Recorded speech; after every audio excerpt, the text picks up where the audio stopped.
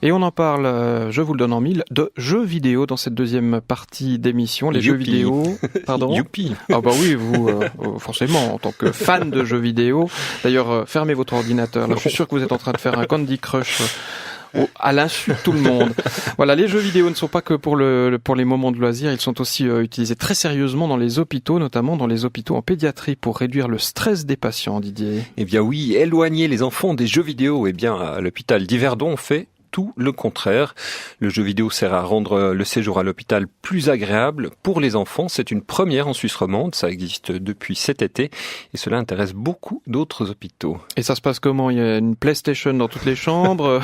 Les enfants jouent à Super Mario pour se déstresser ? Alors non, c'est beaucoup plus encadré et conceptualisé. Un programme spécifique a été créé. Il reproduit l'univers de l'hôpital sous forme de jeu interactif, une espèce de couche virtuelle ludique pour dédramatiser. Ça rend le passage au bloc opératoire beaucoup moins effrayant, c'est presque magique. Coralie Gros, infirmière en pédiatrie à l'hôpital d'Yverdon, nous explique pourquoi cette tablette de jeu est utilisée. Alors, l'objectif, c'était d'essayer de rendre ce séjour hospitalier qui est assez rapide, ils arrivent le matin, ils repartent le soir, de le rendre le plus confortable et le plus agréable, on va dire, possible. Dans le sens où, c'est vrai que ces dernières années, les petits, ils arrivaient, ils étaient pas super en confiance. Donc, dès le départ, de voir une blouse blanche, ils s'étaient cachés derrière les parents. Après, tout ce que nous, on devait mettre en place avant qu'ils partent au bloc, c'était des hurlés ou alors, ils étaient pas super ravis de tout ce qu'on leur faisait parce qu'ils avaient peur, parce que c'était pas forcément bien expliqué. Et puis, l'idée, c'était vraiment de rendre un peu plus animé cette journée.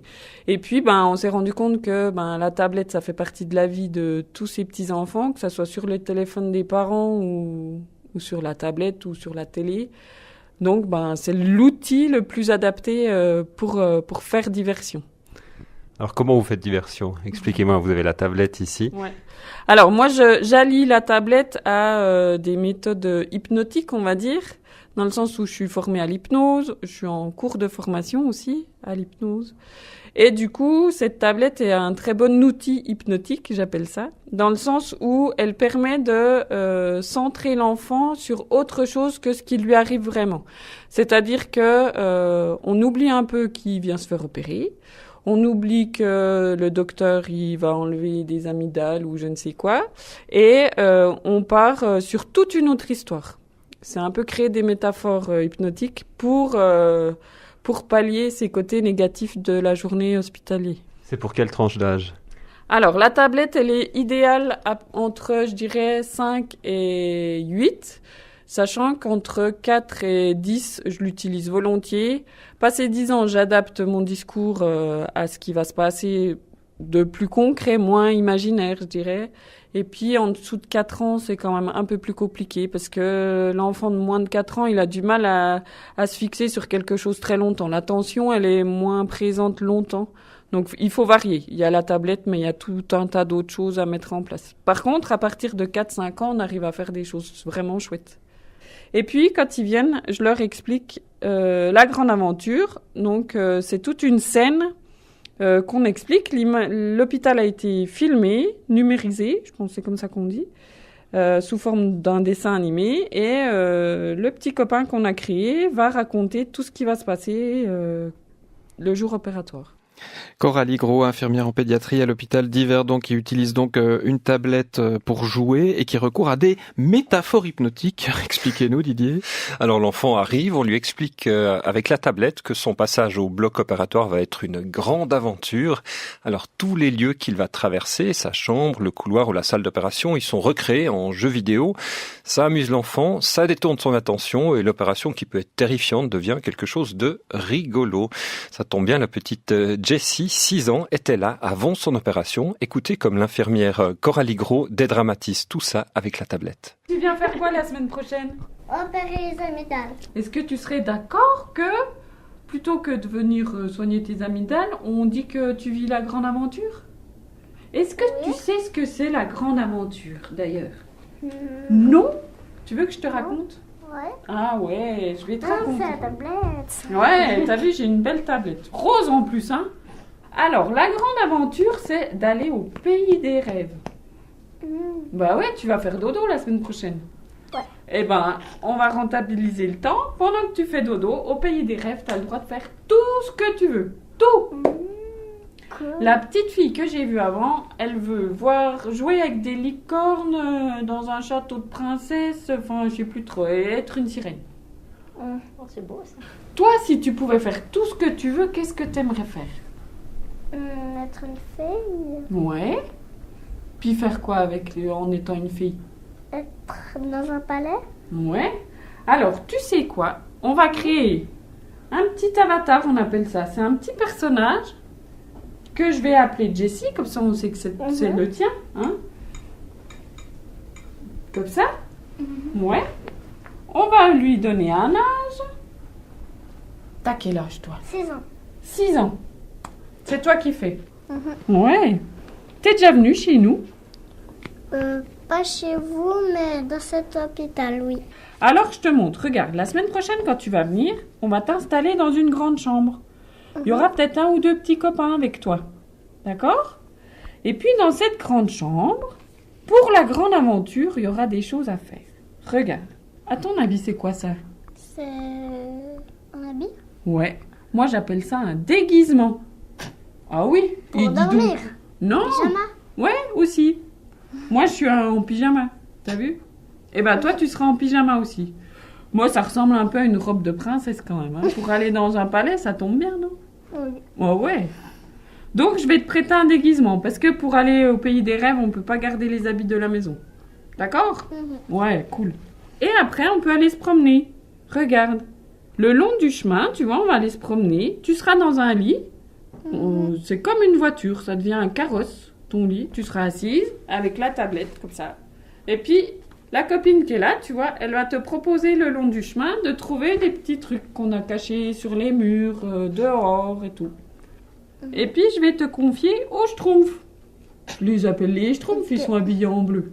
Et puis, ils t'aident à continuer le chemin jusque dans cette pièce-là, où c'est une grande pièce avec tous des ordinateurs, des grosses lumières, tout du monde. Tu verras, les Schtroumpfs, c'est une grande famille, hein, ils sont nombreux. Hein. Ouais. Et puis, ce qui est important, c'est cette machine-là. Cette machine-là, c'est celle qui va te permettre d'aller au pays des rêves. Grâce au masque de super-héros. Oui. Ah, il t'a montré? Pour dormir. Il t'a pas montré? Il pourrait montrer quand même, c'est un coquin. Moi, je te montre. Tu sens? Ça sent bon. Ah. Et ça, c'est le masque de super-héros.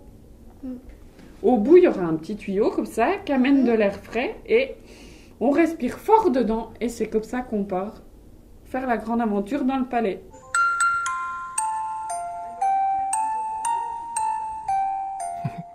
Bah, vu comme ça donnerait presque envie de se faire opérer, n'est-ce pas, Sacha? Ah oui, oui, moi je me demande si c'est aussi disponible pour les adultes. On le demandera tout à l'heure. On demandera tout à l'heure à notre invité. Alors nous parlons effectivement de l'utilisation du jeu vidéo pour déstresser les enfants à l'hôpital. Dans On en parle. Didier Bonvin, les parents réagissent comment? Alors ils sont ravis comme Sacha et comme l'explique Mélanie Kaiser, maman de Timéo, son enfant de 4 ans venait de se réveiller après une opération des amygdales. Elle explique l'effet que la tablette a eu sur son enfant. Bah, ça le met dans le monde de l'imaginaire, en fait. Il nous parle de ça depuis qu'il a discuté avec Coralie, qui va faire la grande aventure. Mais il a encore pas tout compris, parce que là, il nous demande quand est-ce qu'il va la faire, sa grande aventure. Alors qu'elle a eu lieu. Mais voilà. Il est déçu de pas avoir retrouvé son copain dont on lui a parlé pour l'application. Il aura presque envie de retourner à l'hôpital. C'est presque ça, ouais. Il a quel âge? 4 ans. Et qu'est-ce qu'on lui a expliqué sur cette tablette? On lui a expliqué surtout son arrivée à l'hôpital, qu'il devrait mettre son déguisement, et qu'ensuite il pourrait jouer un moment dans la chambre. Et au moment de partir pour l'opération, il doit faire une chasse au trésor jusqu'au bloc. Et à l'entrée du bloc, il y a une pluie de bisous. Il doit faire les bisous à papa et maman, parce que comme papa et maman, ils n'ont pas de déguisement, ils peuvent pas aller avec. Et puis après, c'est lui qui peut ouvrir la porte du bloc, et puis il va tout seul avec les infirmières. Vous l'avez accompagné pendant le trajet? Oui, on a fait la chasse au trésor avec lui. Et puis au moment de la séparation, ça s'est super bien passé parce qu'il continuait la chasse au trésor sans nous. Et puis il était tout content d'y aller en fait. Donc pas de pleurs, rien. Il avait la tablette sur les genoux? Oui, oui, oui. Et puis il l'a gardé, il jouait avec, ça a vraiment changé quelque chose pour lui? Oui, il l'a gardé tout le long et puis après, si j'ai bien compris, une fois qu'il arrive en salle, il compte les moutons sur la tablette pour s'endormir. Et là, il vient de se réveiller. Oui, il s'est réveillé au début d'après-midi. Et il sent comment? Il est bien là?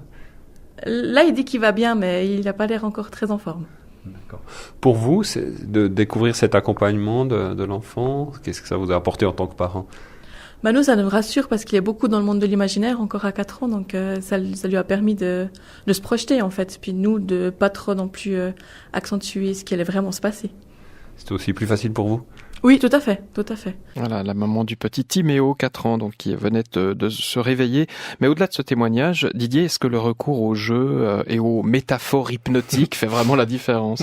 Oui, on remarque des différences concrètes. L'enfant est mieux non seulement avant l'opération, mais aussi après. On retrouve Coralie Gros, infirmière en pédiatrie.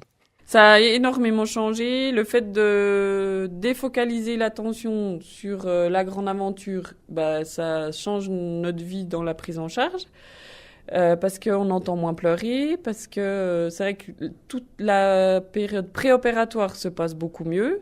Les enfants, ils arrivent le matin, ils sont tout contents. Souvent, les parents, ils nous disent « On entend parler de vous depuis une semaine ». Ils sont tout contents de venir, donc ça, pour nous, c'est chouette. Après, la phase de transition, de passage au bloc se passe super bien aussi, ce qui n'était pas évident avant.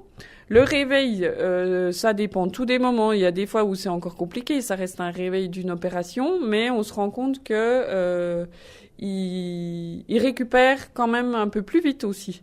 Quand on les a en chambre, ils sont des fois plus vite réveillés, ils jouent plus vite. Et en fait, ce que ça nous a permis aussi, c'est de diminuer les prémédications. C'est-à-dire que, étant donné que ça se passe bien, on a pu pratiquement arrêter de leur donner des médicaments quand ils arrivent pour qu'ils soient moins anxieux, qu'ils soient plus confortables. Et du coup, il n'y a pas tous les effets secondaires de ces médicaments en post-opératoire et ça nous a permis aussi qu'ils soient mieux en post-opératoire grâce à ça, une partie en tout cas. Ça fait pas tout le travail, hein, mais voilà. Donc c'est vrai que ça nous aide pas mal quand même. Et ce jeu vidéo pour faciliter l'hospitalisation des enfants est créé par l'association Les Ateliers du Cœur, une association de soutien global aux enfants et à leurs familles lors d'un passage à l'hôpital. Et la directrice et créatrice des Ateliers du Cœur est précisément avec nous. Bonjour Sabrina Penel. Bonjour. Alors comment vous est venue l'idée de lancer ce jeu vidéo de soutien aux enfants? Ça correspondait à des besoins? Alors, on avait déjà mis pas mal de choses en place pour les enfants malades tout court. Et puis, en allant voir les enfants à l'hôpital pour leur tenir compagnie, les aider à passer un peu plus facilement leur temps, je me suis rendu compte qu'il y avait pas mal de choses à faire. Et au même moment, Dieu merci, un hôpital à Rennes, le CHU de Rennes, l'association, ça devait être les Petits Doudous, je ne me rappelle plus le titre exact, avait créé une association pour créer cette tablette. Et le thème principal était le héros c'est toi. Et en fait, l'enfant pouvait se projeter dans ce jeu.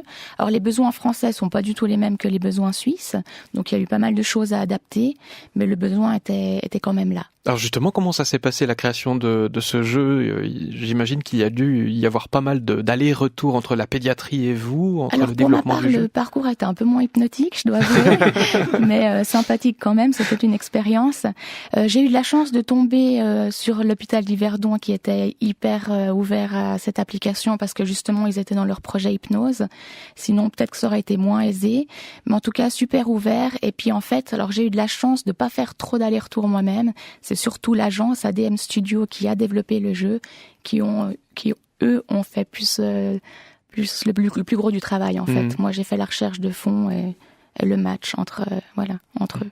Sabrina Penel, votre association a créé ce jeu pour dédramatiser le passage à l'hôpital. Est-ce qu'on peut parler de coût? Combien ça coûte une telle application et comment ça a été financé? Alors une telle application, c'est dans les environs de 150 000 francs pour le départ. Après, bien sûr, il y aura des choses qu'on va mettre en place pour l'améliorer, mais d'un point de départ, c'est cette somme-là. ADM a été super sympa, ils nous ont fait une belle ristourne qui a été très sympathique. Et puis après, la recherche de fonds se fait auprès d'associations, de fondations et la loterie romande qui a contribué, ainsi que la fondation des Amis de l'hôpital d'Yverdon. Pourquoi ce choix technologique? Pourquoi de la technologie pour dédramatiser? Alors ça peut paraître un peu barbare, mais elle peut être utilisée à bon escient et très intelligemment, ce qui a été le cas. Voilà, l'idée c'était de pouvoir attirer leur attention, mais pas trop pour qu'ils restent en contact avec leurs parents et avec le personnel soignant. Donc justement, leur donner un Candy Crush, ça suffirait pas. Le problème du Candy Crush, c'est que c'est sûrement très sympa. Simplement que ça arrive dans les hôpitaux qu'on leur mette ce genre de jeu, mais le problème, c'est que quand ils se quittent avec les parents, ils sont tellement obnubilés par le jeu qu'ils disent pas au revoir aux parents. Et les parents sont un peu, sont traumatisés par l'expérience. C'est pas forcément déstressant. Non, et en plus, c'est pas déstressant, effectivement, ouais.